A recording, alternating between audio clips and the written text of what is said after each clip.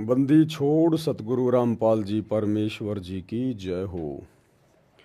परमपिता परमात्मा सारी सृष्टि के रचनहार कुल मालिक असंख्य ब्रह्मांडों के स्वामी जगत गुरु तीनों लोकों में प्रवेश करके सबका भरण पोषण करने वाले राजाधिराज आत्माधार नाथों के नाथ देवों के देव महादेव सर्वेश्वर महेश्वर मृत्युंजय अजरो अमर आदि अनादि सनातनी प्रभु जगत पिता जगदीश्वर श्री श्री 1008 की उपाधि के वास्तविक अधिकारी अकाल मूरत शब्द स्वरूपी राम वासुदेव सर्वगतम ब्रह्म परम पूज्य प्रथम पूज्य परम संत परम पुरुष परम धनी परम दयालु सत्य कबीर हक्का कबीर अल्लाहु अकबर बाखबर अल्लाह ताला जगत के तारणहार जगत के मुक्तिदाता जगत के जगन्नाथ हारे के सहारे हिंदुओं के राम मुसलमानों के अल्लाह सिखों के वाहिगुरु ईसाइयों के मसीह दया के सागर दयानिधि करुणा के सागर करुणानिधि स्वयंभू परिभू संकट मोचन कष्ट हरण मंगल करण दुख भंजन अविगत कबीर निर्विकार निर्विषम परमात्मा अलय अलेख सतगुरु आदि अनादि सतगुरु असली मर्यादा पुरुषोत्तम असली राम असली कृष्ण असली घनश्याम राजाओं के राजा महाराजाओं के महाराजा शहंशाहों के शहंशाह सम्राटों के सम्राट भगवानों के भगवान अल्लाहों के अल्लाह प्रभुओं के प्रभु मसीहाओं के मसीह सच्चे वाहिगुरु बाबाओं के बाबा पीरों के पीर सेठों के सेठ जगत सेठ सावड़सा सेठ सर्वगुण संपन्न अनंत कोटि कलाओं के स्वामी अनंत कोटि ब्रह्मांडों के नायक योगियों में महायोगी ध्यानियों में महाध्यानी सिद्धों में परम सिद्ध ज्ञानियों में तत्वज्ञानी ब्रह्मज्ञानी महाज्ञानी परम ज्ञानी सर्वश्रेष्ठ ज्ञानी विज्ञानी युवा कबीर समर्थ कबीर असमवात अमित ओजा सच्चे रहनुमा करीम अल्लाह सुबहान अल्लाह दुनिया के अंतिम पैगंबर 8 सितंबर 1951 से गांव धनाना जिला सोनीपत हरियाणा भारतवर्ष की पावन भूमि पे प्रकट रियल कल की भगवान श्री नारायण साकार हरि श्री बाबा साहेब सच्चे मुर्शीद सच्चे दरवेश संत श्रोमणी सतगुरु रामपाल जी परमेश्वर जी के चरण कमल में साध संगति से जुड़े हुए देश विदेश से आप और हम सभी सत्सेवक भाई बहनों का अनंत कोटि दंडवत प्रणाम। सत्साई भाई और बहनों, दया परमपिता परमेश्वर जी की सारी सृष्टि के सृजनहार पालनकर्ता सबके भरण पोषण करने वाले एकमात्र सच्चे दरवेश सच्चे मुर्शिद अल्लाह कबीर इबादई कबीरा सतगुरु रामपाल जी परमेश्वर जी की, जिनके शुभ आशीर्वाद से विशेष आशीर्वाद से आप और हम सभी सत्सेवक भाई बहन साथ संगति से जुड़कर गुरुदेव के तत्व ज्ञान को आधार बनाकर मोक्ष प्राप्ति के लिए दृढ़ता के साथ हर प्रकार से संघर्ष करते हुए मर्यादाओं को निभाते हुए गुरु को भगवान मानकर ज्ञान को आधार मानकर निरंतर आगे की ओर बढ़ रहे हैं। और भाई और बहनों, हमारा यही संघर्ष हमारा यही प्रयास हमें एक दिन सफल करेगा, क्योंकि हम जो भी कुछ कर रहे हैं जो भी आध्यात्मिक क्रिया कर रहे हैं अपने गुरुदेव भगवान के सत्संग रूपी वचनों में रहकर कर रहे हैं। आप और हम सत्सेवक भाई बहन आज गुरुदेव भगवान की गैर हाजिरी में, जो कि हमारी परीक्षा का समय है, इस परीक्षा के समय में हम उनकी हर प्रकार से सत्संग रूपी हद में रहकर मर्यादा में रहकर हर प्रकार से अपने धर्म कर्म का पालन कर रहे हैं, तो निश्चित तौर पर कामयाबी भी हमें मिलेगी, जीत भी हमारी ही होगी। दूसरी बात भाई और बहनों, जैसा कि बार बार परमात्मा दास के माध्यम से भी बुलवाते हैं और परमेश्वर ने भी आकर संकेतों में बहुत कुछ बता दिया, ज्ञान गंगा पुस्तक में भी संकेतों में बहुत कुछ लिखा हुआ है। आए दिन भविष्य वक्ता भी निरंतर अपनी भविष्यवाणियों के माध्यम से तरह तरह की पुस्तकें दिखा के जो हजारों साल पहले लिखी जा चुकी हैं वर्तमान समय के लिए, वो लोग दिखा रहे हैं कि भाई ये युग परिवर्तन का समय चल रहा है, पूरा विश्व युग परिवर्तन के दौर से गुजर रहा है और जब जब दो युगों की आपस में टक्कर होती है, युग परिवर्तन होता है, तो भयंकर विनाश होता है। और आपने कल देखा होगा सोशल मीडिया पर, थाईलैंड में 7.7 रिएक्टर स्केल का एक बड़ा भूकंप आया। सैकड़ों की संख्या में बहुमंजिला इमारतें जमीन में समा गई। कई हजारों की संख्या में वहां पर लोग मारे गए। तो भाई और बहनों, आने वाले समय में ये हर जगह होगा, हर जगह देखने को मिलेगा। हिंदुस्तान में भगवान आया हुआ है, परमात्मा अल्लाह कबीर कल की भगवान सतगुरु रामपाल जी हिंदुस्तान में आए हुए हैं। इसलिए हिंदुस्तान के लोगों को चेतावनी है, उनको मौका है कि अभी भी जाग जाएं, सुधर जाएं, अपने गुनाहों से तौबा कर लें, बुराइयों को किनारे कर दें, नेक नीति ईमानदारी से जीवन जीना शुरू कर दें। मुट्ठी भर भी समय नहीं बचा है तबाही के लिए, विनाश के लिए। और केवल बुराइयां छोड़ने से, गुनाहों से तौबा करने से बात नहीं बनेगी। साथ में आपने सतगुरु रामपाल जी परमेश्वर जी की शरण में आना पड़ेगा, यदि अपना और अपने परिवार का आने वाले महाविनाश में बचाव चाहते हैं तो। आज बड़े बड़े धर्मगुरु, बड़े बड़े भविष्य वक्ता बैठकर प्रवचन कर रहे हैं कि कल की भगवान आ चुका है, कल की भगवान आ चुका है, वो अपनी लीला कर रहा है, गुप्त रूप में अपना कार्य कर रहा है। अरे तो फिर इतना भी बता दो, अगर तुम इतने विद्वान हो, अगर तुम्हें इतना ही पता चल गया, अगर तुम्हारी दिव्य दृष्टि काम कर रही है, जरा भी तुम्हारे अंदर भक्ति शेष है, तो फिर ये भी बता दो ना वो कल की भगवान कहाँ बैठा हुआ है, वो कल की भगवान कौन है। जब तुम्हें ये पता चल गया कि वो आ चुका है और अपना कार्य कर रहा है, तो फिर ये बताने में क्यों शर्मा रहे हो कि वो कल की कौन है। बता दो सीधा सीधा, अगर तुम्हारी दिव्य दृष्टि काम कर रही है तो, कि वही हिसार जेल में बैठा है अपने मिशन के तहत और नाम है सतगुरु रामपाल जी, यही है वो कल की भगवान। कोई घोड़े पे बैठ के आने वाला नहीं है कोई कल की, हाथ में तलवार लेके आने वाला नहीं है कोई कल की। वो तो विष्णु का अवतार, वो तो लाखों साल बाद में आएगा, कलयुग के अंत में। वर्तमान में जो कल की है, कलयुग का भगवान, जो कलयुग में सतयुग लेके आएगा, भारत को विश्व गुरु बनाएगा, पाप आत्माओं का खात्मा होगा, सत्यानाश होगा प्राकृतिक आपदाओं में, वो नहीं मारेगा किसी को। जो वर्तमान में कल की आया हुआ है वो संत रूप में है, और संत कभी किसी को दुखी नहीं करते, परेशान नहीं करते, संत कभी चींटी भी नहीं मारता। तो सतगुरु रामपाल जी कोई हाथ में तलवार लेके दुनिया को नहीं काटेंगे, पाप आत्माओं को नहीं मारेंगे, उनके कर्म उन्हें खुद मार डालेंगे। राम किसी को मारे नहीं, मारे तो हत्यारा राम, अपने आप ही मर जाएंगे कर कर खोटे काम। संत अपना ज्ञान देकर दुनिया को संवारते हैं, सुधारते हैं। जो उनकी शिक्षाओं में चलता है, उनके सत्संग सुनता है, उनकी मर्यादाओं में रहता है, उनकी भक्ति करता है, वो स्वतः ही देवता बन जाता है। तो संत भैया अज्ञान के ऊपर अपने ज्ञान रूपी हथियार से प्रहार करता है। संत अज्ञान के ऊपर अपने ज्ञान से, तत्व ज्ञान से विजय प्राप्त करता है। और जो जो आत्माएं उनके शरण में आ जाएंगी, उनका तो बाढ़ भी बाका नहीं होगा, बाढ़ भी बाका। बाकी भैया पूरा विश्व थर्राएगा, पूरा विश्व थर्राएगा। अभी भूकंप आ रहे हैं, अभी वैज्ञानिक क्यों नहीं बताते भाई क्यों आ रहे हैं भूकंप, क्या दिक्कत आ गई अब ऐसी। आज से पहले तो नहीं आते थे ये पहले, अब क्यों आ रहे हैं। वैज्ञानिक कहेंगे पृथ्वी के अंदर की वो प्लेटें खिसक गई। क्यों खिसक गई भाई, वो प्लेटें क्यों खिसक रही है, क्या दिक्कत आ गई उन प्लेटों को। तो ये तो अपने हीट एंड ट्रायल मेथड के आधार से बातें करते हैं वैज्ञानिक, जितना इनको पता होता है, इससे ज्यादा नहीं पता इनको अध्यात्म का। अब गुरुदेव भगवान ने बताया कि जब वो शैतान, वो काल, जब उसको भूख लगती है, वो अपने शैतान लोक से, 21वें ब्रह्मांड के अंतिम लोक से, ब्रह्म लोक से वो दहाड़ मारता है, दहाड़। तब तुम्हारी ये तीनों लोक कांप जाते हैं, तीनों लोक। तब ये तुम्हारी ये पृथ्वी कांपती है, इनकी ये प्लेटें कांपती हैं, वैसे नहीं कांपती है प्लेटें। उस शैतान को जब भूख लगती है ना, जब उसने महाविनाश करना होता है, तब वो धाड़ मारता है वहां से कि दुर्गा भोजन भंडारे में इतनी देर क्यों कर दी। वहां से धाड़ मारता वो, जैसे शेर जंगल में धाड़ मारता है, छोटे मोटे जानवर बेचारे कांपने लग जाते हैं।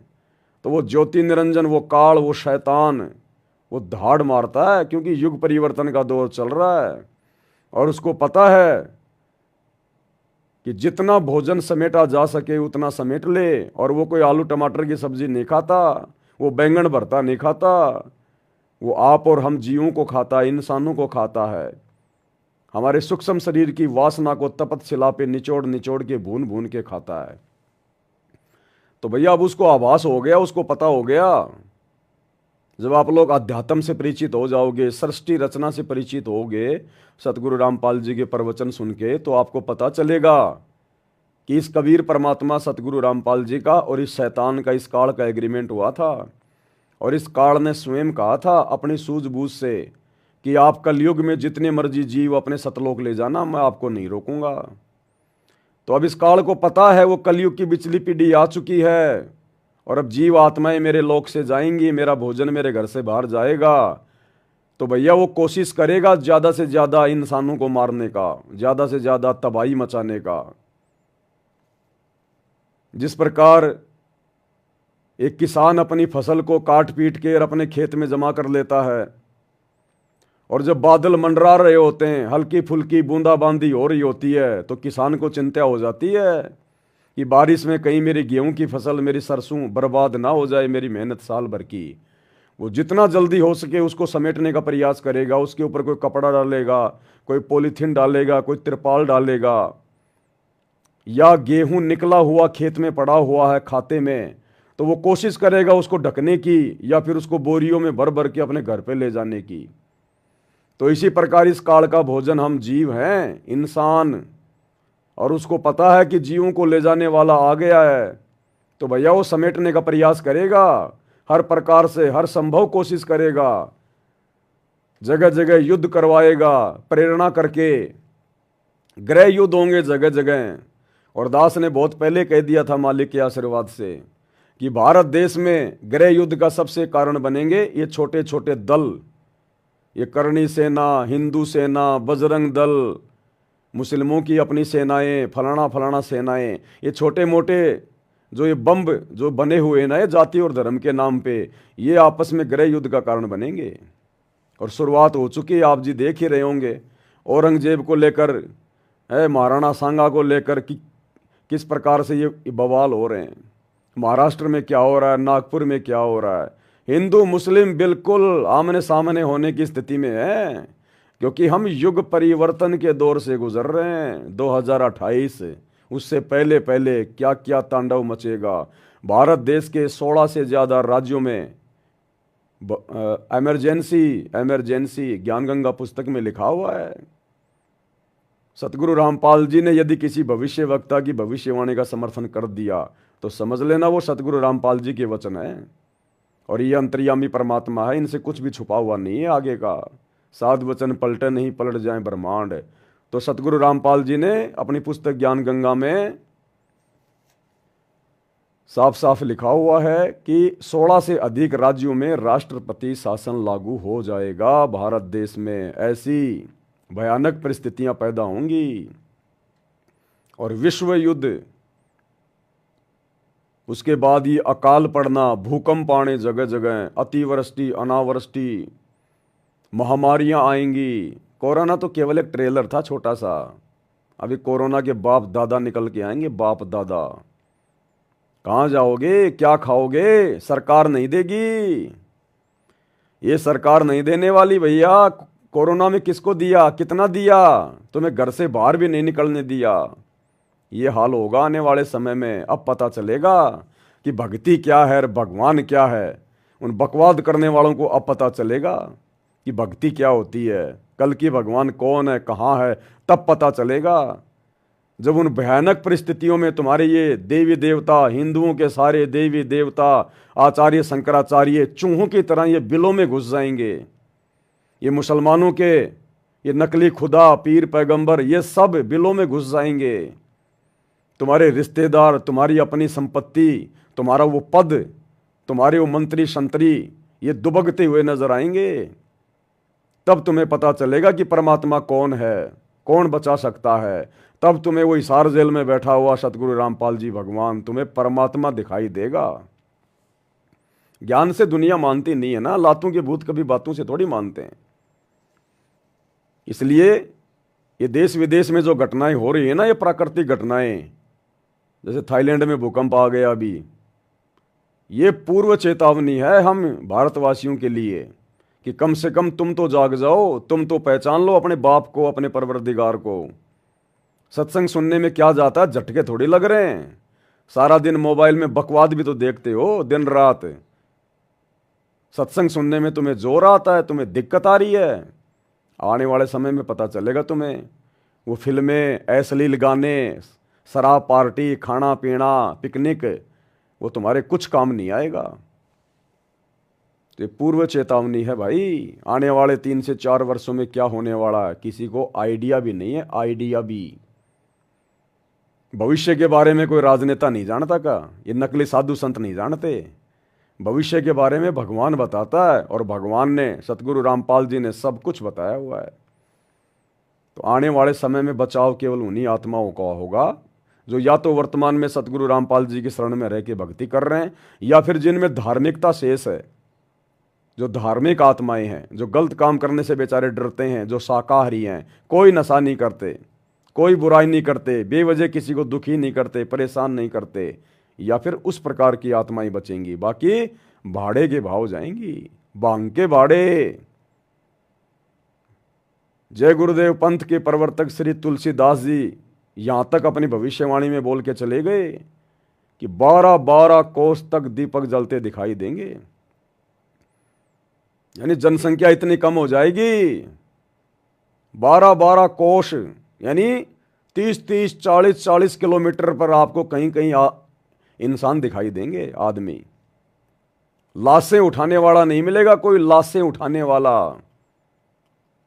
जैसे महाभारत के युद्ध में क्या हुआ था, गिद्धों ने लाशें खाई थी, जानवरों ने लाशें खाई थी, कोई दफनाने वाला नहीं था। ये हाल होगा आने वाले समय में, और ये होगा तभी हम भक्तों की भी आंखें खुलेंगी।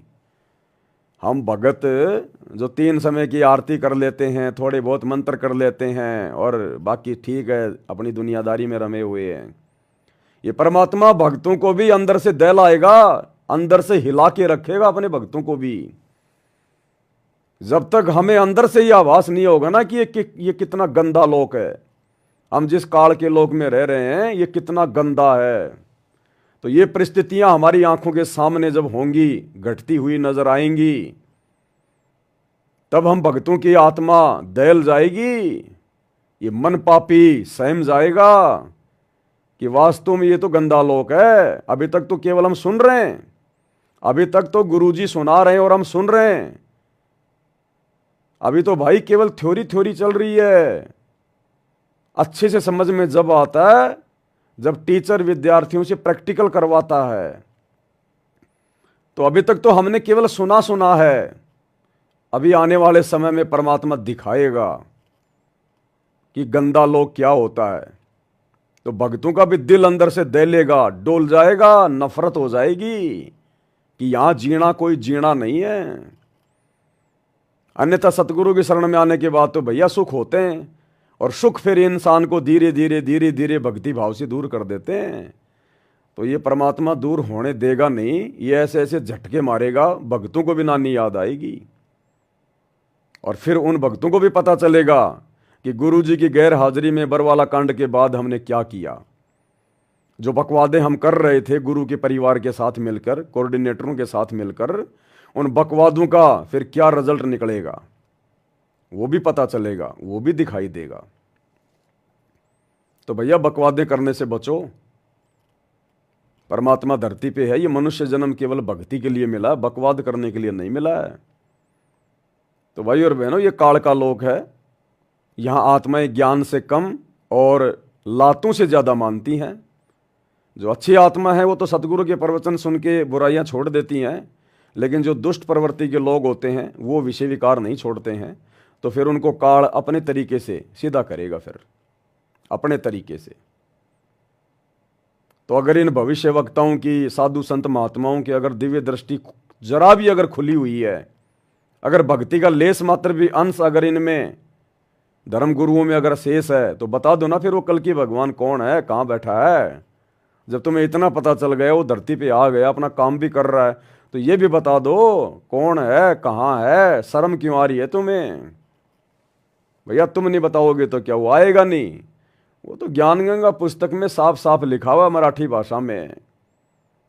जब वो 75 साल का हो जाएगा, अचानक से नरसिंह भगवान के जैसे प्रकट होगा पूरी दुनिया के सामने। सारी बातें लिख रखी हैं गुरुदेव ने गुप्त रूप में, ज्ञानगंगा में, मराठी भाषा में। नास्त्रदमस की भविष्यवाणी जो गुरुदेव ने लिख रखी है, उसका हिंदी अनुवाद क्यों नहीं किया गुरुदेव ने? क्योंकि उसमें बहुत सारे गूढ़ रहस्य हैं। तो ज्ञानगंगा में लिखा हुआ है, नास्त्रदमस कह रहा है कि जब वो सायरन, वो तत्वदर्शी संत जब 75 साल का हो जाएगा, अचानक से दुनिया के सामने नरसिंह भगवान की तरह प्रकट होगा। यानी पूरी दुनिया में सतगुरु रामपाल जी आएंगे फिर प्रकाश में, इस महाविनाश के दौरान, कि भाई बचाने वाला वो और कोई नहीं है, बस यही एकमात्र सहारा है। तब दुनिया को पता चलेगा ये कौन शक्ति है, क्या है ये। अभी तो भगत ही गफलत में जी रहे हैं। अभी तो भगतों को ही अपने गुरु में भगवान नजर नहीं आ रहा। एक अपने जैसा 2 कोड़ी का जीव समझ रहे हैं अपने गुरु जी को, और एक कागज का टुकड़ा, वो कबीर की मुर्दा फोटो दाढ़ी मूछ वाली, उसको भगवान मान के पूज रहे हैं। जून के महीने में कबीर प्रकट दिवस मना रहे हैं। अभी तो भक्तों को ही नजर नहीं आ रहा भगवान, दुनिया वालों को कहां से नजर आएगा? तो ये दुनिया को बंदर दिखाएगा भगवान आने वाले समय में। तो कुछ एक बातें भाई और बहनों, कुछ एक मनमाने आचरण सतलोक आश्रम मैनेजमेंट हरियाणा के संगत में आए हैं सामने। एक पीला पर्चा इन्होंने वायरल किया है, जो मैंने स्क्रीन पर भाई बहनों को दिखा रखा है। आपको मैं पढ़ के सुना देता हूं। ये पीला पर्चा, जो कि आप सब जानते हैं, काल प्रेरणा से और सतलोक आश्रम मैनेजमेंट हरियाणा के माध्यम से, गुरुदेव के परिवार के माध्यम से, इन कोऑर्डिनेटरों के माध्यम से संगत में भेजा जाता है अपने स्वार्थ के लिए, भक्तों के कर्म फुड़वाने के लिए। इसमें क्या लिखा है? दिनांक 27 मार्च 2025 मध्य प्रदेश के समस्त संभागीय, जिला, तहसील, ग्राम, वार्ड, सेक्टर सेवादारों व सर्व संगत से प्रार्थना है कि परमात्मा जी के आदेश अनुसार, अब कौन है परमात्मा, इनको पूछो कि परमात्मा जी कौन है। अब बताओ संगत को परमात्मा जी कौन है जिसका तुम आदेश सुना रहे हो? हाँ हाँ, हमारे गुरुजी, हमारे गुरुजी। तो जून के महीने में फिर वो नकली दाढ़ी मूछ वाला कौन है फिर, जिसका तुम प्रकट दिवस मना रहे हो परमात्मा जी मान के? फिर वो कौन है? अरे 2 परमात्मा है क्या धरती पे? अरे भगवान भी 2 होते हैं क्या? परमात्मा जी के आदेश आए हैं। जब संगत को ठगना होता है, लूटना होता है, तो गुरुजी को परमात्मा बना देते हैं। ये परमात्मा जी के आदेश अनुसार अन्नदान की सेवा चली हुई है। अरे परमात्मा सतगुरु रामपाल जी ने कभी अपने सत्संगों में अपने किसी भगत को आदेश दिया क्या अन्नदान की सेवा का? 30 साल हो गई सतगुरु रामपाल जी को सत्संग करते हुए। कौन से सत्संग में संत रामपाल जी ने अपने भक्तों से भीख मांगी है कि मुझे अनाज दो, मुझे अनाज दो, मुझे अनाज दो? अरे तीनों लोकों में प्रवेश करके सबका भरण पोषण करने वाला ये परमात्मा, 21 ब्रह्मांड, इस ज्योति निरंजन को भीख में देने वाला परमात्मा सतगुरु रामपाल, क्या ये अपने भक्तों से ये भीख मांगेगा क्या? अन्नदान की सेवा चली हुई है, अन्नदान की सेवा चली हुई है। इनके रहमो करम से तो पूरी दुनिया अन्न खा रही है। अन्नदान की सेवा चली हुई है। जो भी भगत आत्माएं अन्नदान की सेवा करना चाहते हैं, वे अपने तहसील सेवादार, जिला सेवादार, नामदान केंद्र या आश्रम में जाकर अन्नदान की सेवा कर सकते हैं। ये मनमाने आचरण है, ये मनमाना आदेश है। ये सतगुरु रामपाल जी का कोई आदेश नहीं है ऐसा अन्नदान करने का।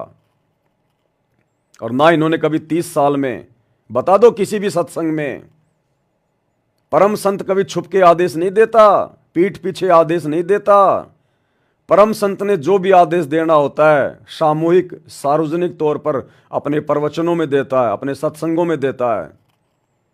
बता दो कौन से सत्संग में गुरुदेव भगवान ने कहा कि मेरे को गेहूं दो, जौ दो, जवार दो, बाजरा दो, अन्नदान की सेवा करो। ये देह दान, रक्त दान, अन्नदान, ये काल प्रेरणा से सतगुरु रामपाल जी के कलयुगी बेटा बेटी, उनके भाई बंधु रिश्तेदार या कोऑर्डिनेटर, ये लोग अपनी भूख शांत करने के लिए और संगत के कर्म फुड़वाने के लिए इस प्रकार के घटिया आदेश संगत में पारित करते हैं। ये अब क्या करते हैं अनुदान करके? संगत के कर्म फोड़ रहे हैं, कर्म। ये शैतान संगत के कर्म फुड़वा रहा है। कर्म कैसे फुड़वा रहा है भाई और बहनों?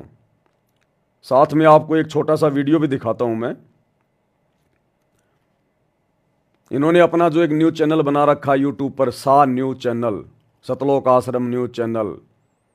इनको उस न्यूज चैनल के लोगों में सतलोक आश्रम न्यूज चैनल लिखते हुए डर लगता है, डर। अगर हम सतलोक आश्रम लिख देंगे तो लोग हमारे चैनल को सब्सक्राइब नहीं करेंगे। लोग जान जाएंगे कि ये तो संत रामपाल जी के भक्तों का बनाया हुआ चैनल है। इसलिए इनको डर है इस बात का कि अगर हमने इस चैनल के नाम के लोगों में अगर सतलोक आश्रम लिख दिया है तो लोग हमारे वीडियो नहीं देखेंगे, नफरत करते हैं। वैसे ही तुम लोग ये कर्म ही ऐसे करते हो। तुमसे नफरत नहीं करेंगे तो और क्या तुम्हारे से प्रेम करेंगे लोग? सारे उल्टे कर्म करते हो तुम। अब इन्होंने पीला पर्चा निकाल के क्या किया भाई और बहनों? संगत के कर्म फोड़ने का एक नया सिस्टम इन्होंने 2-3 साल से शुरू कर रखा है, अनुदान।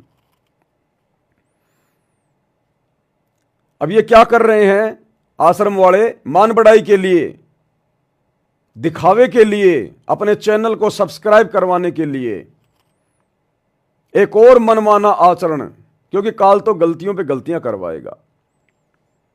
तो ये सतलोक आश्रम वाले क्या कर रहे हैं? ये गांव गांव जाके, एक गांव में जैसे कोई 4 घर छांट लिए, 5 घर छांट लिए, 1-2 साबुन का पैकेट लेके जाएंगे, 2-3 किलो गुड़ और शक्कर लेके जाएंगे, 5-10 किलो आटा लेके जाएंगे, दाल चावल चीनी लेके जाएंगे। यानी 1000-2000 रुपए का सामान एक पोटली में बांध के लेके जाएंगे ये, और वहां जाकर फिर वीडियो बनाएंगे। पहले ये क्या करेंगे? पहले उन घर वालों को जाकर वो सामान दे के आएंगे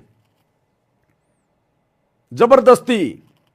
ये आदेश नहीं है गुरुदेव के, इस भक्ति मार्ग में जायज नहीं है ये। दुनिया वालों की दृष्टि में, जगत की दृष्टि में तो ये बहुत अच्छा काम है कि भाई किसी गरीब की मदद कर दी, कहीं जाके किसी को कोई आटा दाल चावल चीनी वगैरह दे के आ गए, साबुन तेल सर्फ दे के आ गए, तो जगत वालों की दृष्टि में तो बहुत अच्छा काम है ये।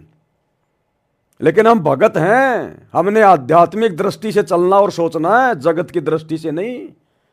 जगत वालों की दृष्टि में तो दारू के ठेके भी बहुत अच्छी बात है, जगत वालों की दृष्टि में तो मांस खाना भी बहुत अच्छी बात है, जगत वालों की दृष्टि में तो डीजे बनाना, फिल्में देखना, यह भी बहुत अच्छी बात है। लेकिन हम भगत हैं, हमने आध्यात्मिक दृष्टि को मद्देनजर रख के भक्ति मार्ग पे आगे बढ़ना है। तो ये क्या करेंगे? पहले तो किसी गांव में जाएंगे, 1-2 घर ऐसे देखेंगे जो बेचारे थोड़े गरीब से हैं। वो घर वाले नहीं कहते इनको, वो गांव के गरीब लोग नहीं कहते कि हमारी मदद करो हमारी मदद करो, नहीं, वो तो बेचारे जी रहे हैं, अपना खाए रहे हैं रोज। ये जबरदस्ती जाते हैं सतलोक आश्रम वाले, जबरदस्ती। पहले उस घर में जाके दाल चावल आटा चीनी वगैरह दे के आएंगे, 1000-2000 रुपए का राशन दे के आएंगे 5-7 दिन का। उसके बाद फिर ये 2 दिन बाद में जाएंगे माइक लेके अपना सा न्यूज चैनल का, अपनी मान बढ़ाई के लिए, उसका वीडियो बनाने के लिए। हाँ जी, हमने सुना है यहां पर संत रामपाल जी की तरफ से आप लोगों को खाने पीने की सामग्री दी गई है। अब वो तो बेचारे ये कहेंगे हाँ जी आए थे जी हमारे पास में, हमारे को दे के गए थे। तो आप क्या कहना चाहेंगे आप इस बारे में, संत रामपाल जी के बारे में? तो वो तो ये कहेंगे जी ये तो अच्छी बात है जी, अगर उन्होंने हमारी मदद करी है तो ये तो अच्छी बात है, इसमें क्या दिक्कत है। ये उसका वीडियो बनाएंगे, फिर सोशल मीडिया पे डालेंगे कि देखो जी सतगुरु रामपाल जी गरीबों के मसीहा हैं और उन्होंने इस गरीब परिवार को ये राहत सामग्री पहुंचाई है, खाने पीने की सामग्री पहुंचाई है। इस घर को संतराम पाल जी ने ये 15 दिन का राशन दे दिया, बस भगवान की इतनी औकात है क्या? अरे क्यों बदनाम कर रहे हो भगवान को, परमात्मा को?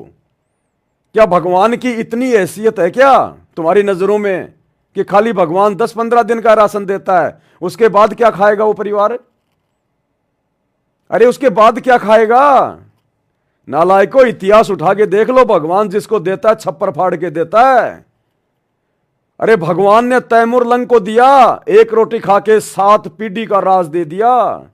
7 पीढ़ी का राज, 500 साल का साम्राज्य।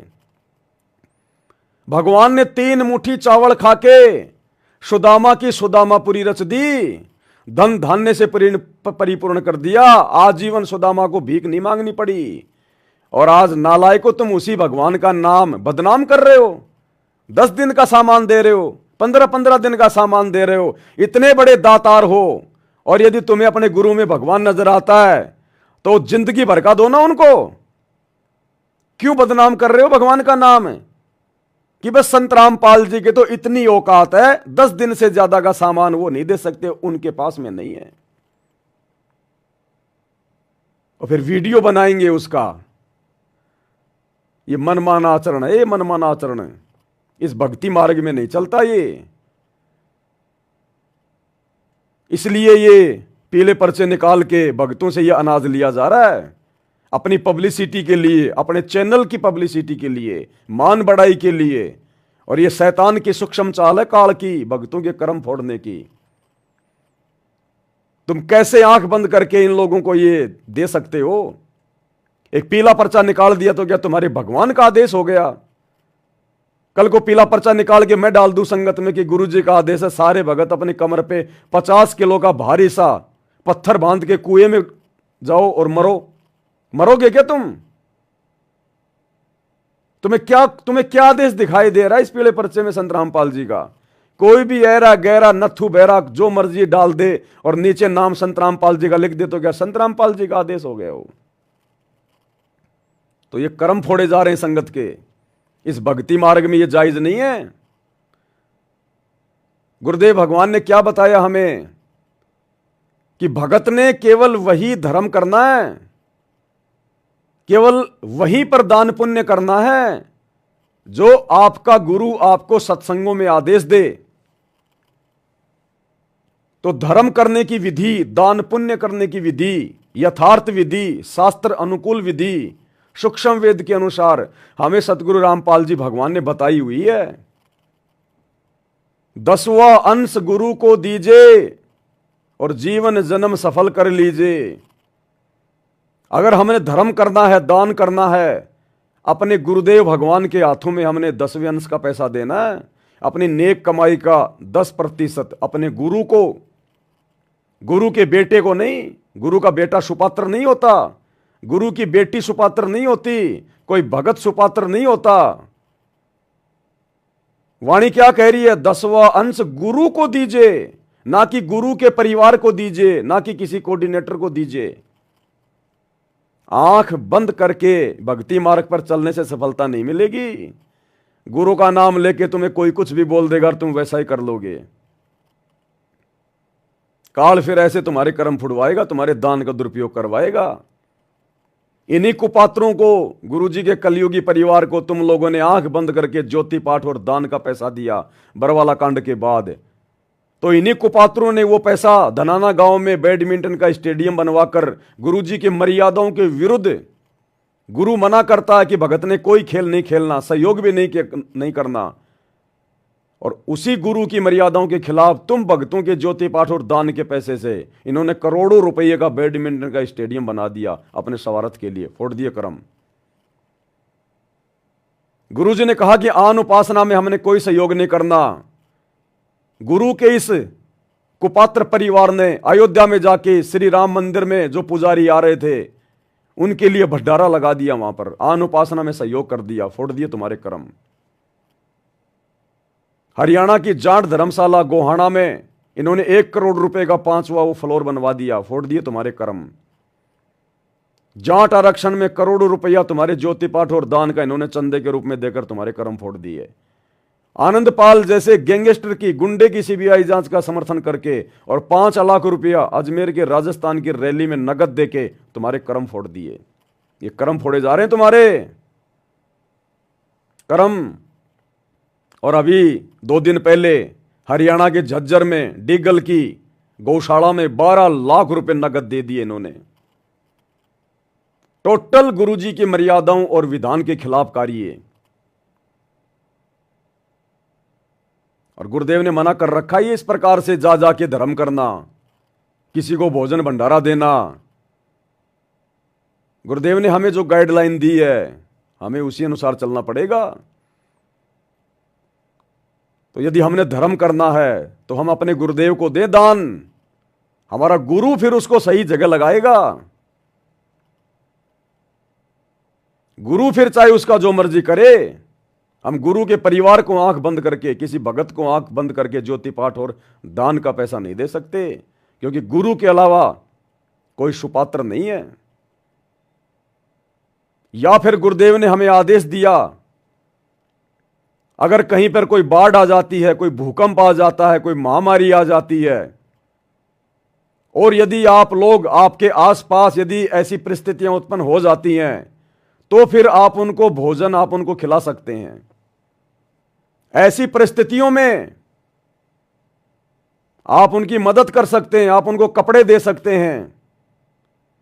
नगद नहीं देना, आप उनको राशन जाके आप उनको दे दें, आटा वगैरह, दाल वगैरह, चीनी वगैरह, जो भी जायज हो, अपने हाथों से, अपनी आंखों के सामने जाके। ये विशेष परिस्थितियों में बताया परमात्मा ने, वैसे नहीं। और वर्तमान में कलयुग की पिछली पीढ़ी है, अगर ऐसी विशेष परिस्थितियां भी अगर कहीं पैदा हो गई तो भी हमने अपने गुरुजी की आज्ञा लेनी है पहले, कि गुरुजी क्या आपका दास ये मदद वहां पर जाकर कर सकता है क्या? गुरु कहे बेटा कर दे तो करना है, नहीं तो मरने दो, हमने कोई लेना देना नहीं है। भक्ति करना, भगवान आया हुआ है, जैसे हम सुखी हैं तू भी सुखी हो जाएगा, क्यों भूखा मर रहा है? अरे हम अगर जा जाके नीचे नीचे लोगों की अगर वो मदद करेंगे, सहायता करेंगे अगर ऐसे, तो भक्ति कौन करेगा? फिर भगवान की आवश्यकता किसको है फिर? तो गुरुदेव ने इस प्रकार गांव गांव जाके ये आटा बांटना, चीनी बांटना, दाल चावल बांटना, ये मना किया हुआ परमात्मा ने। गुरुदेव ने कहा तुम्हारे घर पे अगर कोई भिखारी आ जाए, कोई गरीब आ जाए, खाना खिला दो, फटे पुराने उसको कपड़े दे दो। तुमने घर से पूड़ी पाड़ी बना के, साग सब्जी बना के, तुमने उस ट्रैफिक लाइट पे जाके, रेलवे स्टेशन पे जाके, बस स्टैंड पे जाके भिखारियों को बांट के नहीं आना। तुम्हारे घर पे कोई आ गया मांग रहा है, भूखा है, तो खिला दो। तुमने घर से बना बना के बाहर नहीं बांट के आना, नहीं तो फिर वो काल वाले दान पुण्य में गिना जाएगा, शैतान के दान पुण्य में गिना जाएगा, मार खा जाओगे। ये दयालुता, भगत के अंदर दयालुता होनी चाहिए, दया बिना दरवेश कसाई। लेकिन गुरुदेव ने राजा जनक का उदाहरण दिया कि जो दया धर्म तुम्हारी मर्यादा जो है वो तोड़वा दे, वो दया धर्म भी नहीं करना हमने। तो राजा जनक का भी उदाहरण दिया गुरुदेव ने कि उसने अपने आधे वो पुण्य 12 करोड़ आत्माओं को दान कर दिए थे जब वो जा रहा था विमान में बैठ के। ये काल ठगेगा हमें इस प्रकार से। पहली बात तो उन गरीब जो परिवार है उन्होंने आप लोगों से मांगा नहीं कि भाई सतलोक आश्रम वालों, बाबा रामपाल के चलो, हमारे को दाल दे के जाओ, चीनी दे के जाओ, आटा दे के जाओ। आज से पहले कौन खिला रहा था उनको? तुम लोग जा जाके दे के आ रहे थे उनको। अरे तुमने गांव में जाके देखा, और ये सारे के सारे भिखारी तुम्हारे को हरियाणा में क्यों दिखाई दे रहे हैं भाई? और हरियाणा में भी केवल सोनीपत जिले में ये सारे के सारे दुनिया भर के भिखारी, गरीब, ये सोनीपत में पैदा हो रखे हैं क्या?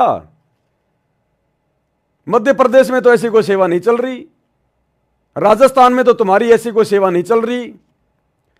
ये हरियाणा के केवल सोनीपत जिले में सारे भिखारी पैदा हो गए क्या? धर्मशाला बनवानी है तो भी सोनीपत में बनवाएंगे, गौशाला में दान देंगे तो भी हरियाणा में देंगे। ये सारा भिखारीपना हरियाणा में है क्या? अरे तुम्हें को चुनाव लड़ना है क्या नालायको, गुरुजी के बेटो, नालायक संतानों? चुनाव लड़ने की तैयारी कर रहे हो क्या? अपना माहौल बना रहे हो क्या? ये सारे भिखारी हरियाणा में ही हैं। रोडे चलाओ, रोडे बनाओ तो हरियाणा में, एम्बुलेंस चलाओ तो हरियाणा के गांव धनाना में, फ्री में बसें चलाओ तो हरियाणा के गांव धनाना में, स्टेडियम बनाओ तो धनाना में, आरक्षण में साथ दो तो हरियाणा के जाटों का, धर्मशाला बनाओ तो हरियाणा के जाटों की, गौशाला में दान दो तो हरियाणा के जाटों की गौशाला में। ये सारे भिखारी हरियाणा में ही है क्या? क्या गुरु का आदेश केवल हरियाणा के लिए है क्या? क्या गुरु भी पक्षपात करता है क्या? ये मान बढ़ाई की भूख है, समाज के अंदर अपनी ये प्रभुता कायम करने की भूख है। ये गधा बना के छोड़ेगी अगले जन्म में। तो गुरु का आदेश नहीं है। तुम जो ये दाल, आटा, चावल, चीनी 1000-2000 रुपए का बांध के एक पोटली में जो गांव गांव में जाके दे रहे हो ना, ये तुम्हारे कर्म फोड़ेगी। तुम्हारे ऊपर भार चढ़ रहा, भार जबरदस्ती का। तुमसे कोई भीख नहीं मांग रहा, तुम जबरदस्ती जाके दे रहे हो। और गुरुदेव ने जबरदस्ती जाकर देकर ये मना किया है। तभी तो गुरुदेव ने कहा कि भिखारी तुम्हारे घर पे आ जाए तो खाना खिला दो, भिखारियों को जा जाके नहीं खिलाना खाना। तो तुम्हारे से कोई मांगने थोड़ी आ रहा है कि हमारे घर में राशन नहीं है, आटा नहीं है, हम भूखे मर रहे हैं। तुम जा जाके काल प्रेरणा से, केवल मान बढ़ाई के लिए। यह आदेश नहीं है गुरुदेव के। भक्ति कर रहे हो, ड्रामेबाजी कर रहे हो तुम कितनों का पेट भरोगे? हिंदुस्तान में 50% भिखारी हैं। किसका पेट भरोगे तुम जाके? अगर इतने दयालु हो, अगर भगवान की तरफ से ये सेवा चल रही है, तो भगवान को काली ये मतलब हरियाणा में भिखारी नजर आ रहे हैं क्या? दूसरे राज्यों में, दूसरे देशों में भिखारी नहीं है? अगर भगवान ने सेवा चला रखी है तो क्या विदेशों में जो भिखारी हैं भगवान के बच्चे नहीं हैं? इजराइल में हमास के अंदर गांव के गांव खाली हो गए, शहर के शहर खाली हो गए, बेचारे भूखे मर रहे हैं। जब इजराइल ने हमला किया तो आज भी वहां पर वो भुखमरी बनी हुई है। जाओ ना उधर, अरे जाओ ना, भगवान के घर में तो कोई कमी है ही नहीं। तो जाओ ना वहां पर, उन मुसलमानों की मदद करो जाके, बेचारों की जो भूखे मर रहे हैं। और गरीब और भिखारियों की अगर ये मदद करने का तुम्हें अगर इतना ही शौक है तो दिल्ली में जाओ ना, झुग्गी झोपड़ियों में, बंबई में जाओ ना, कई कई किलोमीटर लंबी वहां पे आपको झुग्गी झोपड़ियां मिलेंगी। जाओ बांटो वहां पर। ये ड्रामेबाजी है, ड्रामेबाजी। ये हरियाणा में केवल अपना माहौल बनाया जा रहा है। माहौल, ये माहौल तुम्हें ले डूबेगा। भक्ति करने के लिए समय दिया परमात्मा ने, बकवाद करने के लिए नहीं दिया। और जो नालायक भगत ज्ञान को आधार ना बनाकर इस प्रकार के घटिया पीले पर्चों को अपने गुरुजी का आदेश मानकर जो इनको सहयोग कर रहे हैं, पाप के भागी बन रहे हैं। तुमने तो दे दिया इनको अनाज, किसी ने 2 बोरी, किसी ने 5 बोरी। अब तुम्हें क्या पता तुम्हारे अनाज को ये बेचेंगे नालायक, ये बेचेंगे तुम्हारे अनाज को, और ना जाने कहां कहां लगाएंगे ये। और मान लो इन लोगों ने जाकर वहां पर वो तेल की बोतल दे दी, साबुन के पैकेट दे दिए, तुम तो देके आ गए जबरदस्ती, और वो क्या पता उसको दुकान वाले को जाके बेच देगी। अगर वो 20 रुपए का साबुन है, उसको तो अगर उसके 10 रुपए मिल जाएंगे, 5 रुपए मिल जाएंगे, तो भी वो ले लेगी और तुरंत वहां से वो सुरती खरीदेगी, जर्दा खरीदेगी। वो तेल की बोतल भले मार्केट में वो 60 रुपए की आती है, अगर उसको 20 रुपए भी मिल जाएंगे दुकानदार से, वो तो ले लेगी, वो तो बीड़ी खरीद लेगी। फिर क्या करोगे? किसके कर्म फूटे? ये मनमाना आचरण है, मनमाना आचरण है। अगर किसी को इतनी भूख है, अगर इतना वो गरीब है, तो भगवान से नाम लेके भक्ति करे।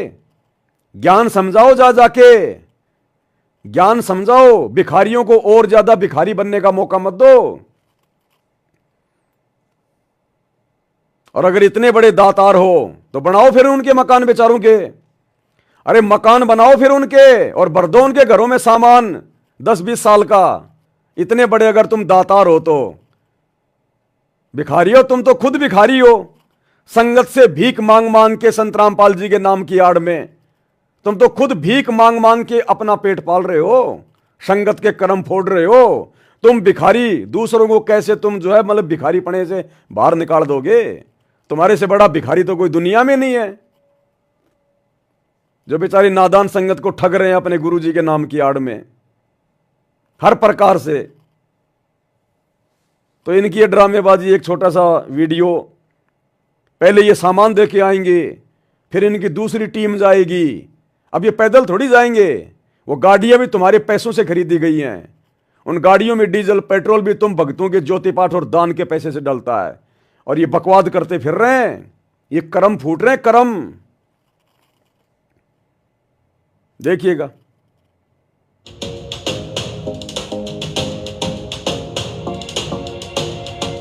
संत ना होते धरती पर तो जड़ मरता संसार। गजब संत हैं संत रामपाल जी महाराज। उनकी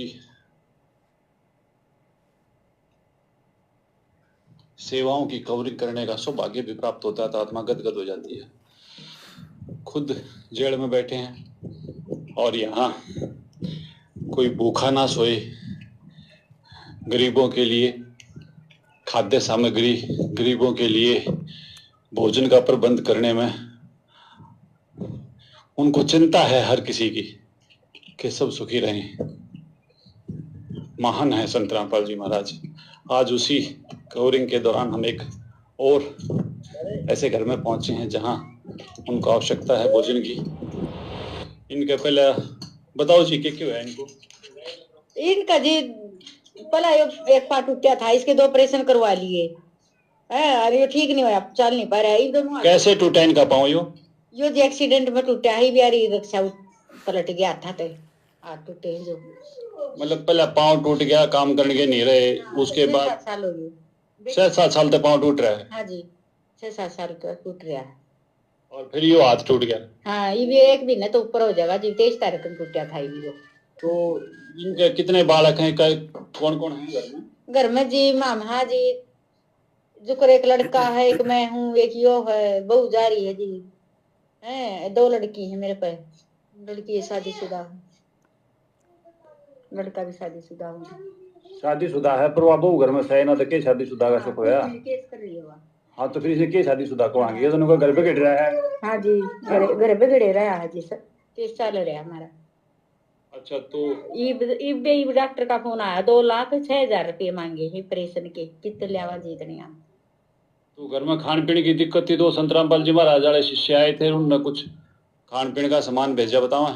हाँ जी भेजा है जी। एक बार दिखाओ हमने भी। और देखो बहुत बड़ी बात है क्योंकि उन्हें चिंता है इस बात की कि वह भूखा के भोजन का जो है प्रबंध करने लग रहे हैं। तो आटा है, चावल है, साबुन, तेल और दाल और हल्दी, नून, मिर्च, कुल मिला के भोजन है, खाने का सामग्री है। तो आप क्या कहना चाहोगे महाराज जी बारे में? किसा के काम करे यो? काम बढ़िया कर दिया जी, उनने भेज दिया भी। नो कौन किसकी चिंता करा है? आपने केला कहे बुयाड़े घर आगे बुझ गजा हैं और उसको अच्छा कौन चिंता करता है जी? एक आधा करा है जो भाई ये रामपाल महाराज के चेले आई हैं जो कर गए हैं भाई गरीब की खातिर सहायता। कहने का मतलब भाई और बहनों, ये परिवार कह रहा कि हमने मांगा नहीं, हमने हाथ नहीं फैलाए। रामपाल जी महाराज के चेले आए थे और वो जबरदस्ती देके गए। इसका पति जिसकी टांग टूट गई एक्सीडेंट में, और ये क्या करी है ये बहन कि 7 साल हो गई एक्सीडेंट को, 7 साल से खाट में पड़ा है। अब इन गधों को कोई समझ आए, सतलोक आश्रम वालों को, जो तुम इनको 10-12 दिन का ये राशन देके आ गए। अरे 7 साल से कौन खिला रहा था उस परिवार को? तुम खिला रहे थे क्या? और 10-12 दिन के बाद जब तुम्हारे द्वारा दिया गया राशन समाप्त होगा फिर कौन खिलाएगा? गधों क्यों अपने कर्म फोड़ रहे हो? ये जबरदस्ती की मदद है, ये जबरदस्ती की मदद है। उन्होंने मांगी नहीं मदद। अरे उसकी टांग तो 7 साल से टूटी हुई है, तो 7 साल से उस परिवार को कौन खिला रहा था और आगे कौन खिलाएगा? तुम तो खाली 10 दिन का 2-4 किलो आटा दे के आ गए, फिर कौन खिलाएगा उस परिवार को? और ये गरीब परिवार है, इसके मकान में देख टीवी है, कूलर है, सारा सब कुछ है इसके मकान में, दुनिया भर का सामान भरा पड़ा है इसके मकान में, ये तेरे को गरीब नजर आ रहे हैं? तो ये जबरदस्ती के कर्म फोड़े जा रहे हैं भाई और बहनों, संगत के अनदान के नाम पर, क्योंकि तुम लोगों ने इन कुपात्रों को दिल खोल के दान दिया है शैतान की प्रेरणा से, ज्योति पाठ का। तो कुपात्र तो भैया उसका दुरुपयोग करेगा। बंदर के हाथ में अगर तुम उस तरह दोगे तो बंदर क्या करेगा? तुम्हारी वो दाढ़ी कटिंग नहीं करेगा, जगह जगह तुम्हारे खून निकालेगा। तो भैया काल शैतान जाग गया है, उसने अपने हजारों मुंह हजारों हाथ खोल लिए। ये लास्ट का समय चल रहा है, हर प्रकार से वो कर्म फुड़वाएगा। तभी तो गुरु आने वाले समय में हाथ खड़े कर लेगा, भैया मैं क्या करूं, तुम्हारी तो मर्यादा टूटी हुई है, मैं कैसे बचाऊं भक्तों। अनंत कोटि बाजी जहां हमने रचे सकल ब्रह्मांड, और गरीब दास मैं क्या करूं यो काल करे जीव खंड। समर्थ परमात्मा कबीर साहिब ने, सतगुरु रामपाल जी ने गरीबदास जी से कहा कि मैं क्या करूं, मैं तो बहुत समर्थ हूं, मैंने पूरी दुनिया रची है, लेकिन भैया काल के साथ मेरा एग्रीमेंट है, ये मेरे भक्तों का नाम खंड करवा देता है मेरे नाम की आड़ में, उनको बहला के फुसला के बरगला के। और जब भगत की मर्यादा टूट जाती है तो मैं भी उसकी कोई मदद नहीं कर सकता। तो ये मर्यादाएं तुड़वाई जा रही हैं जानबूझ के, काल प्रेरणा से, ये कुकर्म करके, मनमाना आचरण करके, ताकि आने वाले समय में ये परमात्मा भी अपने भक्तों की कोई मदद ना कर सके। ये शैतान की सूक्ष्म चाल है, षड्यंत्र है ये। अरे घर पर अपने गुरुजी को भोजन नहीं करवाया जाता, अपने गुरुजी को तो भोग लगाने में तुम्हें शर्म आ रही है, और दुनिया में जा जाके तुम आटा बांट रहे हो। नालायको, दिमाग का इस्तेमाल करो, दिमाग का। इस परिवार से इस 4 मिनट के ऑडियो में कोई बात नहीं हुई कि आप संत रामपाल जी से नाम ले लो, भक्ति कर लो ना, बाढ़ में जाओ नाम और भक्ति। पहले आटा पटक के आ गए 2-4 किलो, बाद में वो वीडियो बनाने जा रहे हैं। मान बढ़ाई की भूख है क्या? अरे भगवान तो कहते हैं कि दातार वो है, दातार वो है जो एक हाथ से दान करे, दूसरे हाथ को मालूम भी ना पड़े। और परमात्मा कहते हैं अगर आपने दान धर्म करके अगर ये कह दिया कि मैंने दे दिया, तेरा सब कुछ हो गया बराबर। दान देकर कभी भी ना कहे कि मैंने दिया, जिस दिन तूने कह दिया तेरा साफ हो गया, लिया दिया। और तुम तो जा जा के वीडियो बना रहे हो, पूरी दुनिया को दिखा रहे हो कि हमने मदद कर दी, हमने दान कर दिया, हमने मदद कर दी। अगर तुमने मदद ही करनी है तो फिर तुमने चिल्लाने की जरूरत क्या है? अरे फिर तुमने ये चिल्लाने की जरूरत क्या है? तुमने मदद कर दी ना, तो बस काम खत्म। दुनिया को दिखाने की क्या जरूरत है तुमने? इसको कहते हैं मान बढ़ाई, पब्लिसिटी की भूख। ये है काल प्रेरणा। सतगुरु रामपाल जी ने आपके लिए मदद पहुंचाई है। सतगुरु रामपाल जी मान बढ़ाई का भूखा है क्या? पब्लिसिटी का भूखा है क्या? ये सतगुरु रामपाल जी पूरी दुनिया को खिला रहा है, उसके बदले वो मान बढ़ाई नहीं चाहता, अपने नाम की महिमा नहीं चाहता। तुम चाहते हो अपने न्यूज चैनल की महिमा, अपनी महिमा।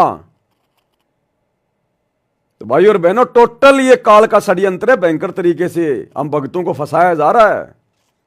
अगर आंख खुल जाए समय रहते तो ठीक है भाई, नहीं तो दुर्गति होगी, दुर्गति।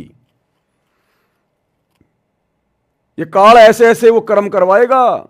लोगों के नजरों में तो बड़ा अच्छा काम है ये लोगों की नजरों में है। लोगों की नजरों में तो दारू के ठेके खोलना भी अच्छा काम है। लोगों की नजरों में तो मांस खाना भी अच्छा काम है। जो मांस खाता है उससे जाके पूछो कि मांस खाना अच्छा काम है कि नहीं है, वो बोलेगा बहुत अच्छी बात है, क्या दिक्कत है, ये दुनिया भर के जानवर घूम रहे हैं, ये क्या काम आएंगे, क्यों बनाए भगवान ने। बीड़ी सिगरेट पीने वाला, शराब पीने वाला, उससे जाके पूछो शराब पीना अच्छी बात है कि बुरी बात है, क्या दिक्कत आ रही है, भगवान ने पीने के लिए तो बनाई है। तो दुनिया की नजरों में तो ये काम ठीक है जो तुम कर रहे हो, लेकिन आध्यात्मिक दृष्टि से, भक्ति की नजर में ये काम हमारे कर्म फोड़ने वाला है। क्योंकि गुरु के भक्ति विधान में इस प्रकार जबरदस्ती का दान धर्म नहीं लिखा हुआ कहीं। 10 किलो आटा दे के आ गए। 7 साल से कह रही है मेरे पति की टांग जो है टूटी पड़ी है। तो 7 साल से भी तो परिवार खाना खा रहा था, तुम्हारे 10 किलो आटे के भरोसे बैठा था क्या? और 10 दिन के बाद में क्या खाएगा फिर वो परिवार? और ये बहन तो ये भी कह रही है कि डॉक्टर ने इसके ऑपरेशन के लिए बोल दिया 2.5 लाख रुपए लगेंगे। हम कहां से लाएं 2-2.5 लाख रुपए? कराओ ऑपरेशन। अगर इतने बड़े तुम दातार हो तो उसकी टांग भी ठीक करवा दो, ऑपरेशन भी करवा दो उसका। तो भाई और बहनों देखो, ये लोग शैतान की प्रेरणा से चल रहे हैं। इनको भक्ति नहीं करनी, इनको मर्यादाओं से लेना देना नहीं है। ये लग गए फुल टू फुल बकवादों में, क्योंकि आप लोगों ने जबरदस्ती इनको ज्योति पाठ और दान का पैसा दे दिया। आप लोगों ने भी अपने कर्म फोड़ लिए और इनको भी इनके कर्म फोड़ने के लिए आप लोगों ने प्रेरित कर दिया। अब पैसा तो भैया बकवाद करवाएगा। गुरुदेव क्यों कहते हैं कि माया जिस घर में आवश्यकता से ज्यादा आ गई वो बकवाद करवाएगी। तो आप लोगों ने सतलोक आश्रम मैनेजमेंट हरियाणा के हाथों में आवश्यकता से ज्यादा माया दे दी, आवश्यकता से ज्यादा। और भैया ये कुपात्र हैं, ये कर्म फोड़ेंगे और फोड़ रहे हैं। देखते जाओ आगे आगे, अभी आगे आगे और क्या क्या बड़े बड़े कुकर्म करेंगे आपकी आंखों के सामने, देखते जाना आप। बैठे बैठे कर्म फूटेंगे, बैठे बैठे कर्म भक्तों के घरों पर बैठे बैठे। जैसे गुरुजी कहते हैं ना, आप किसी राजनेता को वोट डाल के आ गए, अब वो राजनेता 5 साल में जितने भी कुकर्म करेगा, उल्टे काम करेगा, उन वोट डालने वालों के घर पे बैठे बैठे उसी अनुपात में कर्म फूटेंगे। तो ये बंदर के हाथ में आप भक्तों ने जो ये दे दिया ना ज्योति पाठ और दान, ये जो उस्तरा दे दिया, नकुला हथियार, ये बैठे बैठे आपके कर्म फोड़ेंगे। ये गुरुजी के परिवार वाले, ये कोऑर्डिनेटर बैठे बैठे उल्टे काम करेंगे ये तुम्हारे दान धर्म से, और कर्म फूटेंगे तुम्हारे। अब जाट आरक्षण में इन्होंने करोड़ों रुपया दिया चंदे में। वो जाटों का दवाई हुक्का भी ठंडा नहीं होता, वो तमाकू भी तुम्हारे पैसों से आ रही है, वो शराब पिएंगे तुम्हारे पैसों से, क्योंकि तुम लोगों ने दिए। राजपूत करणी सेना को 5 लाख रुपए राजस्थान की अजमेर की रैली में आनंदपाल सिंह की सीबीआई जांच के लिए तुम भक्तों के दान का दिया गया। जाट तो भैया वो क्या बोलते हैं, राजपूत वगैरह, ये तो भैया शराब भी पीते हैं, नशा भी करते हैं, उल्टे काम भी करते हैं, राजनीति भी करते हैं। अब सारे सारे उल्टे काम करेंगे वो, और कर्म फूटेंगे तुम भक्तों के। भगवान है, परमात्मा है, बिना मर्यादाओं के मार्ग नहीं चलता। एक छोटा सा परिवार नहीं चलता बिना मर्यादाओं के। एक छोटी सी एक कंपनी, एक फैक्ट्री नहीं चलती बिना मर्यादाओं के। एक डॉक्टर का इलाज सफल नहीं होता बिना मर्यादाओं के। और तुम अपनी भक्ति सफल करने के चक्कर में बैठे हो मर्यादा तोड़ तोड़ के। काल के लात घूसे पड़ेंगे आने वाले समय में, लात घूसे। तो दास के सामने पीला पर्चा आया, परमात्मा ने प्रेरणा की, इसलिए आप लोगों को बताना थोड़ा ये उचित समझा। और कल देखो परमात्मा ने जो वीडियो बनवाया था भक्ति मर्यादाओं को लेकर, कि किस प्रकार हमने परमात्मा का चरणामृत लेने से पहले समर्थ साहिब वाली 9 वाणियां बोलनी है, और हमने मानसिक क्रिया अपने गुरुदेव के चरणों को धोने की करनी है। तो दास को तो परमात्मा बाद में प्रेरणा करता है, संगत में उससे पहले ही परमात्मा यह काम शुरू करवा देता है। जो भी संदेशा दास देता है भक्ति से संबंधित, उससे पहले ही परमात्मा अपनी आत्माओं में प्रेरणा करके वैसा ही करवाने लगते हैं। तो कल मेरे पास में कुछ फोन भी आए, एक बहन ने अपनी ऑडियो भी डाली और रो रो के बता रही है कि भगत जी आपने जो आज बताया है ना, ये भगत जी ये क्रिया मेरे से परमात्मा पहले से करवा रहे हैं। मैं इसी प्रकार से समरथ साहिब बोल के और गुरु जी की इसी प्रकार से मैं मानसिक जो है वो चरण सेवा करती हूँ, मतलब चरणामृत बना के फिर मैं पीती हूँ। तो उस बहन ने क्या बताया, साहिब पवन भैया, आप जो मानसिक चरण सेवा के लिए बोल रहे हो ना, दासी 3 महीना पहले से ऐसे ही कर रही थी, सेम टू सेम आप जैसे बता रहे हो वैसे ही कर रही थी दासी। ये कह रही कि भैया आपने तो बताया कल, और ये दासी अपने गुरुजी की प्रेरणा से 3 महीने पहले से ऐसा ही कर रही है। तो जब इसने कल का वीडियो देखा तो इसका कितना विश्वास बढ़ा इसका अपना गुरुजी पे। तो ये विश्वास बढ़ाने वाले काम करो, भक्तों के कर्म फोड़ने वाले काम मत करो, ये जबरदस्ती का दान धर्म करना। तुम भरोगे दुनिया का पेट। ये आने वाले समय में भूखमरी आएगी, जनता रोएगी, दाने दाने के लिए बिलखेगी, तुम भर देना उस समय पेट इस दुनिया का। तुम पेट भरते रहना, वो बकवाद करते रहेंगे, भक्ति कौन करेगा फिर। तो ये जबरदस्ती के काम है भाई और बहनों, भक्ति मार्ग में ये जायज नहीं है। हमारा गुरु अगर हमें आदेश दे तो फिर हम करें। अब गुरु का तो कोई आदेश है ही नहीं। गुरु के नाम का तो एक पीला पर्चा निकाल दिया जाता है, एक कागज के टुकड़े को इन्होंने अपना गुरु बना रखा है। ये संगत बेचारी भोली भाली है, जो मर्जी उस पीले पर्चे पे लिख दो, नाम लिख दो, नीचे संत रामपाल जी का है, हो गया संत रामपाल जी का आदेश। अरे संत रामपाल जी का आदेश है ये सुबह का नित्य नियम, कभी ध्यान से पढ़ते हो इसको? वो नित्य नियम है, आदेश उनका, उनके सत्संग है, उनके आदेश। क्या उन्होंने अपने सत्संगों में कभी कही ये बात है कि तुम इस प्रकार जबरदस्ती जा जाके लोगों के जो है घरों में सामान रख के आओ? तुम जो तुम सामान रख के आए हो 1000-2000 का, अगर उस औरत ने, उस परिवार ने वो सामान ऐसा का ऐसा किसी गांव की दुकान में दे दिया कि भैया मेरे को तो तू 500 रुपए दे दे, 2000 का सामान है, क्योंकि भाई उसने तो कहा नहीं कि हमारे घर में खाना नहीं है, वो तो अपना खाए रहे पी रहे हैं, परमात्मा सबको देता है। अरे वो तो इंसान है, ये भगवान तो जानवरों को भी देता है। पोपाटी पगड़ा भया जागी जिया जून, सब काऊ को देत है चो समाना चून। जब ये वो भगवान की वाणी है कि वो भगवान सबको देता है, तो तुम जबरदस्ती के ठेकेदार क्यों बन रहे हो उनको जा जाके? भरो फिर इन जानवरों का पेट। चलो वो तो इंसान है, उसके आदमी का पैर टूट गया, वो औरत तो धंधा कर सकती है। अरे दुनिया भर के जानवर बेचारे ये क्या खाएंगे? देखते हैं तुम कितने बड़े दातार हो, खिलाओ दुनिया भर के जानवरों को जा जाके, भरो। अरे जंगल में जाओ, हाथी का पेट भरो, खिलाओ जानवरों को, इन खागड़ों को, तुम्हारी धोती गिल्ली हो जाएगी। दातार बन रहे हैं, अपनी भक्ति तो की नहीं जाती।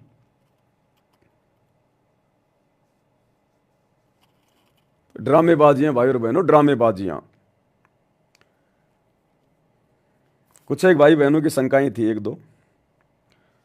सत्साई भगत जी, हमारे रिश्तेदारी में किसी ने घड़ी मांगी है आगे शादी में देने के लिए, क्या हम कैंटीन से दिलवा सकते हैं उसको? ये कोई भगत है, कोई आर्मी में है, तो आर्मी वालों को कैंटीन से जो है वो सस्ती चीज़ें मिल जाती हैं।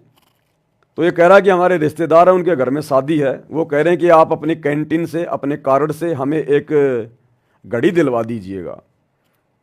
तो भाई हमने ये सौदा नहीं करना भगत जी, हमने कैंटीन से उनको घड़ी नहीं दिलवानी है, क्योंकि वो शादी में देने के लिए मांग रहे हैं।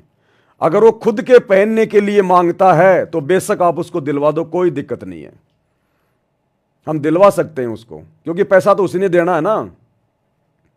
लेकिन वो शादी के पर्पज से मांग रहा है, वो किसी को देने के लिए मांग रहा है, तो शादी क्या है? ये पाखंड है, ड्रामा है, एक परंपरा है, व्यर्थ का रीति रिवाज है।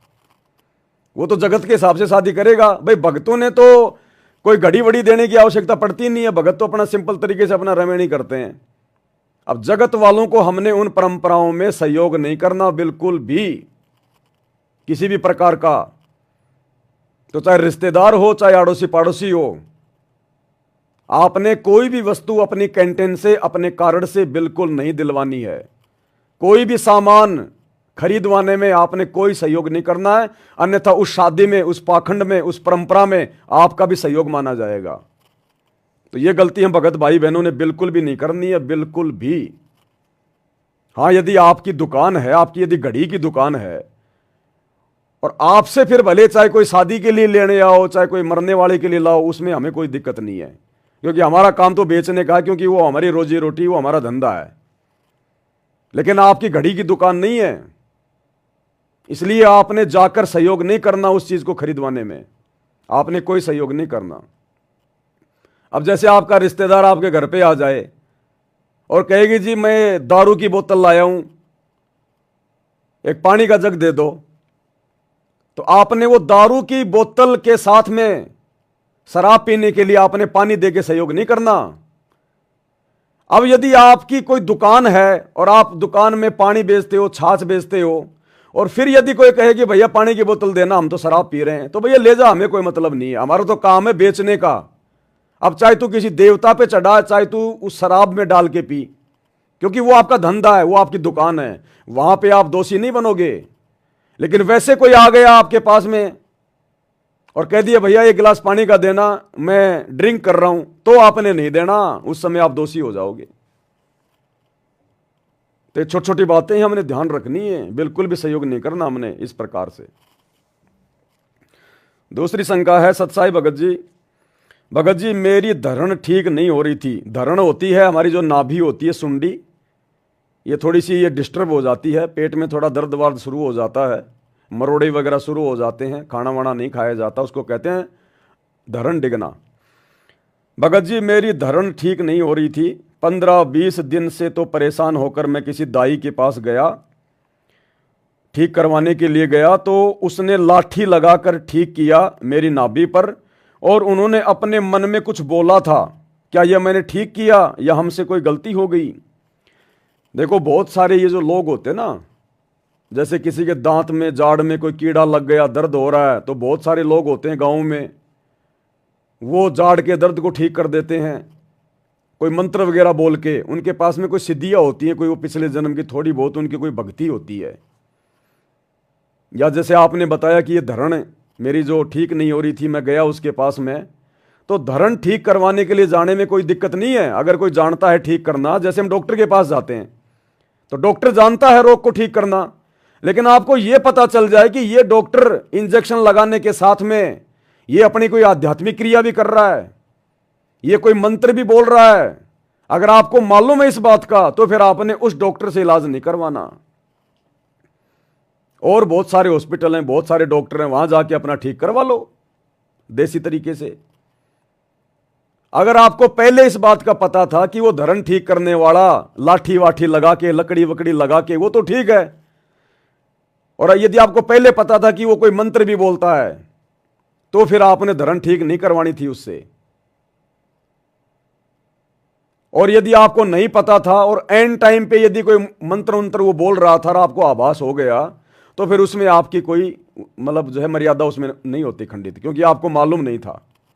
लेकिन आगे से ध्यान रखना है, दोबारा ऐसी समस्या आ जाए तो ऐसे व्यक्ति के पास में हमने नहीं जाना, जो अपने इलाज के साथ साथ में कोई आध्यात्मिक कोई जो है वो क्रिया भी करता हो, तो ऐसी जगह पर फिर हमने दोबारा नहीं जाना है। फिर जाड़ का दर्द ठीक करते हैं बहुत सारे लोग, साथ में कोई मंत्र वगैरह भी बोलते हैं, तो पहले उससे पूछ लेना, पहले पूछ लेना भाई साहब आप कोई जंत्र मंत्र तो नहीं करते हो। वो कहेगी हाँ जी मेरे ऊपर तो माता जी की दया है, भैरू जी की दया है, मेरे को ये शक्ति मिली हुई है, मैं थोड़ा सा ये करता हूँ हाथ से, उसके बाद मैं अपना वो मंत्र बोलता हूँ और अगले का जाड़ का दर्द ठीक हो जाता है। तो हमने बिल्कुल ठीक नहीं करवाना उससे, डॉक्टर के पास चले जाओ, नहीं तो हम दोषी हो जाएंगे। फिर अनजाने में यदि हो गया, आपको नहीं पता और उसने मन ही मन में कोई मंत्र बोल दिया और बाद में आपको पता चल गया, तो उसमें आपकी गलती नहीं, फिर भी आपने गुरुदेव से क्षमा याचना मांगनी है और आगे से आपने ध्यान रखना है, ऐसी जगहों पर नहीं जाना है।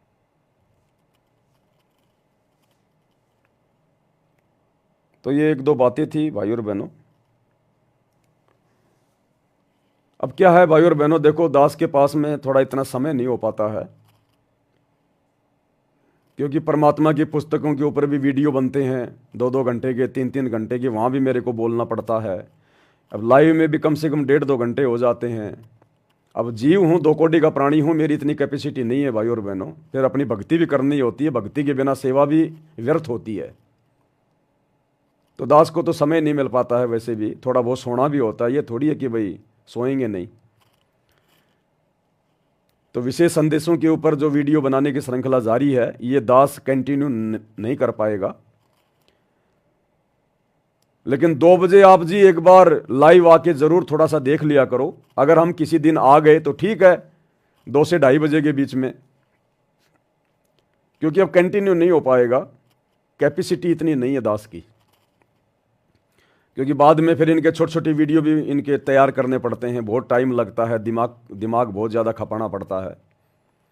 तो कहने का मतलब है 8 बजे तो हमारा लाइव परमात्मा के आशीर्वाद से वो चलेगा। अभी मुसलमान नहीं समझे ज्ञान कुरान इसके ऊपर चल रहा है।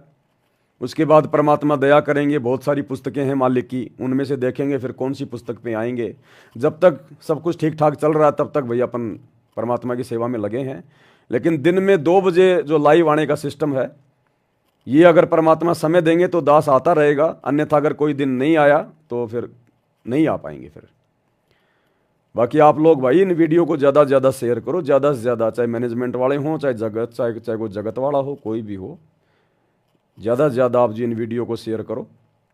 आप कोई भी भाई अपने नंबर वगैरह मत डाला करो, जब शेयर करते हो ना अपने नंबर वगैरह मत डाला करो, अपना एड्रेस वगैरह मत डाला करो। ज़बरदस्ती आके कोई लड़ाई झगड़ा करेगा फालतू में। ये सोशल मीडिया भगवान ने दी है, सोशल मीडिया पे ज़्यादा से ज़्यादा सेवा करो, व्हाट्सएप पे, फेसबुक पे। किसी ने देखना होगा तो देख लेगा, मानना होगा तो मान लेगा, नहीं जाओ बाढ़ में। हमने ज़बरदस्ती अपनी कोई मान बढ़ाई के लिए अपना कोई मोबाइल नंबर डालना, अपना एड्रेस डालना, ये मत करो साथ में फालतू में। लोग आके लड़ेंगे झगड़ेंगे, शैतान बैठा है सबके दिमाग पे। ये मुसलमान धर्म की पुस्तक पे वीडियो बन रहे हैं, आप पर्सनली आप जिसको जानते हो उसको मत भेजो, आप उसको व्हाट्सएप पे, सोशल मीडिया पे डालो आप सीधा। किसी ने देखना होगा तो देख लेगा, नहीं तो फालतू में आपके साथ में फिर वो कसेंगे आके। तो भगवान ने हमें ये बचाव का तरीका दिया है, थोड़ा इस बुद्धि का भी हमने थोड़ा इस्तेमाल करना है। तो आज के वीडियो में भाई और बहनों केवल इतना ही, परमात्मा के आशीर्वाद से। रात्रि 8 बजे सभी भाई बहन लाइव जुड़िए, मुसलमान नहीं समझे ज्ञान कुरान इस पुस्तक के ऊपर। तब तक गुरुदेव भगवान हम सबको आज्ञा दें, इजाज़त दें, आशीर्वाद दें। बंदी छोड़ सतगुरु रामपाल जी भगवान की जय हो। भाई जो गुरु बचन पे डट गए, कट गए फंद 84 के।